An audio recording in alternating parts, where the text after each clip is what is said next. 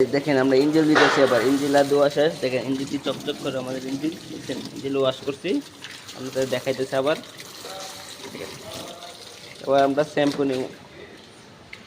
Surface বিজেসটা কিন্তু মনে হচ্ছে মনে চাক্কা দিয়ে দিয়েছিলাম, চাক্কার সারফেসটা ইঞ্জিনটা সুন্দর করে মরাবেন, চারিদিকে যদি ময়লা থাকে। এটার মাঝে পানি যত কম হালাই থাকেন, এটার মাঝে পানি কম হালাইবেন না, পানি কম হালাইলে ভালো হবে। তার সিএনজি গ্যাস হেরার সমস্যা দিতে পারে। আমার তেলে চলে, আর এলপিজি তেলে সমস্যাটা দেয় না, বুঝেছেন।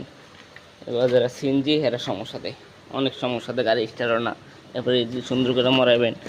এই ভিতরে ময়লা আছে দেখছেন, এই ভিতরগুলো সব দূর করে মরাইবেন।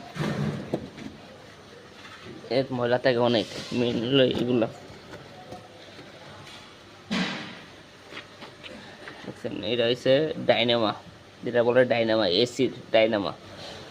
এটা এটা গরমের সময় বেশিরভাগ ডিস্টার্ব দিব। এটা ম্যাগনেট কয়েল, বুঝছেন। আর এটা হচ্ছে আপনার ব্যারেকের সেন্সর, এবিএস না কি যেন বলে, এটা এবিএস বলা হয়, কুলিং পানি। আর এটা হচ্ছে ব্যারেক অয়েল। আমারটার স্টার্টিং অয়েল নাই, কিন্তু আমার একটা ইলেকট্রিক স্টার্টিং অয়েল লাগে না আমার গাড়ির মাঝে। এটা সুন্দর করে এটি মরাইবেন, এগুলো মরাইবেন।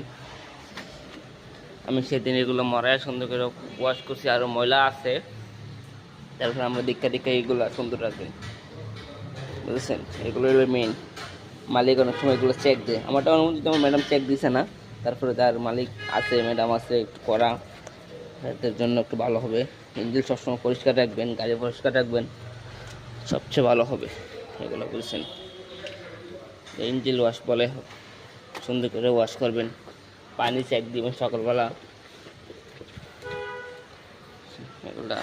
এগুলো মেইন, এগুলো আগে ওয়াশ করবেন গাড়ি।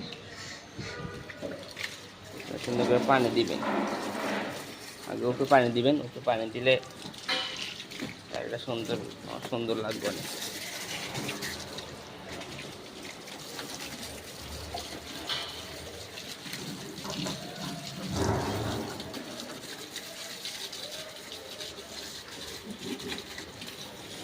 তারপরে গাড়িটা ইঞ্জিনটা দিয়ে সেটা 1-2 মিনিট গাড়িটা ইঞ্জিন স্টার্ট দিয়ে রাখবেন, চিবা থাকা মাইরা ভালো করে পানি দিবেন।